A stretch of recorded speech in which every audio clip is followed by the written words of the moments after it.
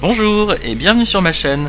Aujourd'hui je vous présente le bullet journal et le début de l'organisation de votre bullet journal. D'un point de vue pratique, votre bullet journal peut être un bullet journal acheté exprès dans le commerce, mais vous pouvez également, si vous débutez par exemple, vous contenter d'un simple cahier à carreaux ou d'un carnet à page blanche.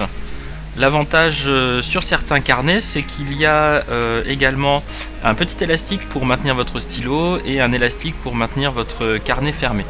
Vous pouvez également, c'est ce que je vais faire aujourd'hui, utiliser votre propre carnet que vous avez fait vous-même.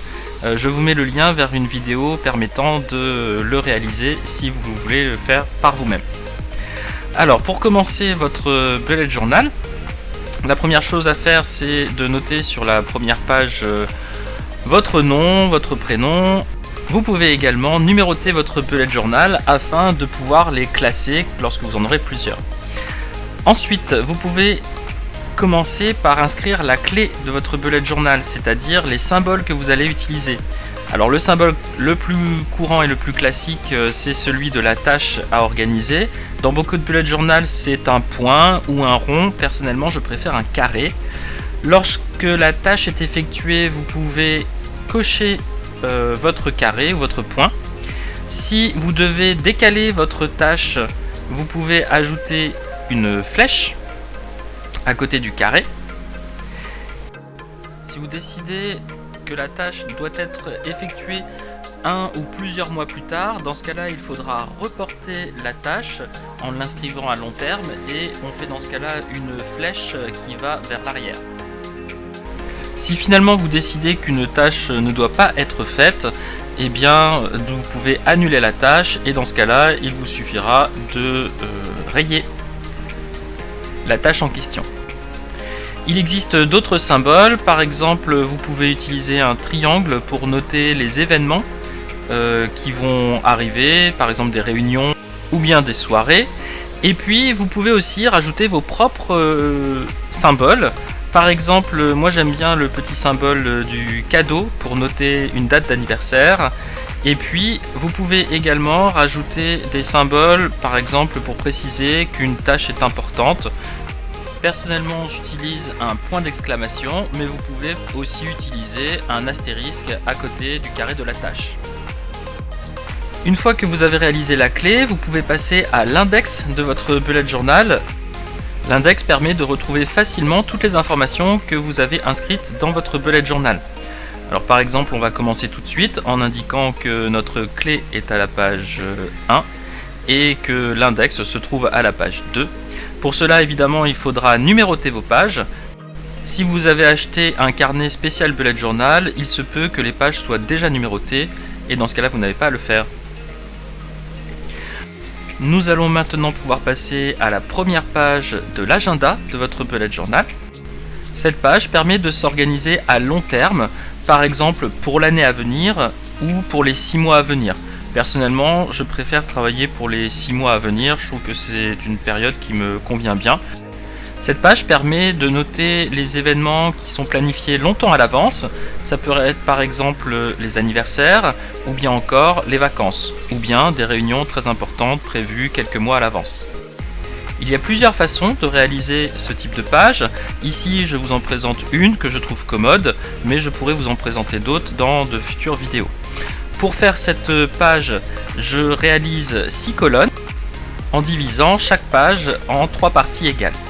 Pour la hauteur, j'ai fait des colonnes de 17 cm afin de pouvoir avoir environ un demi-centimètre par jour de mois. J'ai également tracé une ligne de 1 cm de hauteur afin de noter les mois. Ici, comme je commence au mois d'avril, je vais d'avril jusqu'à septembre.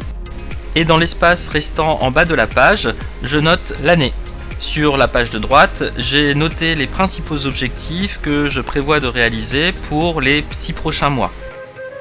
En général, il est bien de se contenter de 3 objectifs principaux que vous pourrez répartir par exemple entre les objectifs professionnels et les objectifs personnels. Ici, il reste la tâche un peu fastidieuse de noter chaque jour du mois. Personnellement, je note juste les multiples de 5 plus le premier jour du mois. Et puis à côté, je note avec une initiale la journée du lundi au dimanche.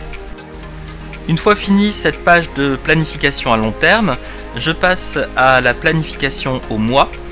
Donc je commence ici au mois d'avril 2021, mais vous pouvez bien sûr commencer votre bullet journal à n'importe quel mois de l'année. C'est un des avantages du bullet journal, c'est que vous le commencez là où vous en êtes.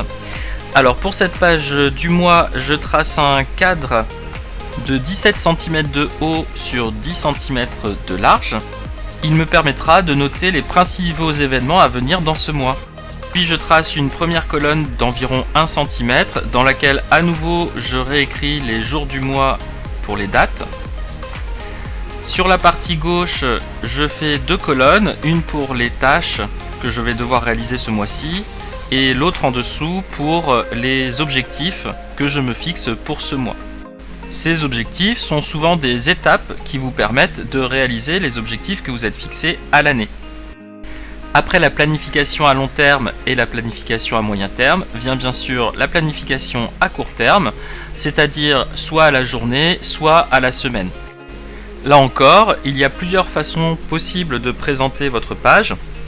Je vous présente ici l'une de ces façons, mais je pourrais vous en présenter d'autres par la suite. Je commence par diviser la page en 3 dans le sens de la hauteur, puis en 3 dans le sens de la largeur, afin de constituer 9 cases. Dans la première case, je note la semaine à venir, avec par exemple les tâches qu'il faudra prévoir. Puis dans les 7 cases suivantes, je note les différents jours de la semaine. Ici d'ailleurs, en notant la date du dimanche, je me suis rendu compte qu'il fallait aller jusqu'au 4 avril. J'ai donc corrigé dans la première case. Et enfin, la dernière case peut servir pour mettre des notes ou des événements à venir la semaine suivante. On n'oublie pas bien sûr de noter dans notre index les pages que l'on vient de préparer. Et on peut également décorer notre bullet journal à notre goût. Personnellement, j'ai un style très simple, je fais des cadres, je souligne. Certaines personnes apprécient de faire des illustrations, de coller des vignettes, des autocollants, voire de choisir des thèmes pour illustrer chaque mois leur bullet journal. Les bases de votre bullet journal sont prêtes, vous pouvez maintenant l'utiliser en notant les tâches à venir. Sur le planning hebdomadaire si cette tâche concerne la semaine à venir, sur le planning mensuel si la tâche concerne le mois à venir, et sur le planning à long terme si cette tâche doit se dérouler beaucoup plus tard. Je vous conseille de créer vos pages au fur et à mesure de vos besoins afin de vous adapter en gardant ce qui vous plaît et en modifiant ce qui ne vous plaît pas entre 2 mois ou entre 2 semaines. J'espère que cette vidéo vous a plu. Dans une prochaine vidéo, je vous présenterai un module permettant de suivre, de modifier ou d'acquérir de nouvelles habitudes. Merci et à bientôt.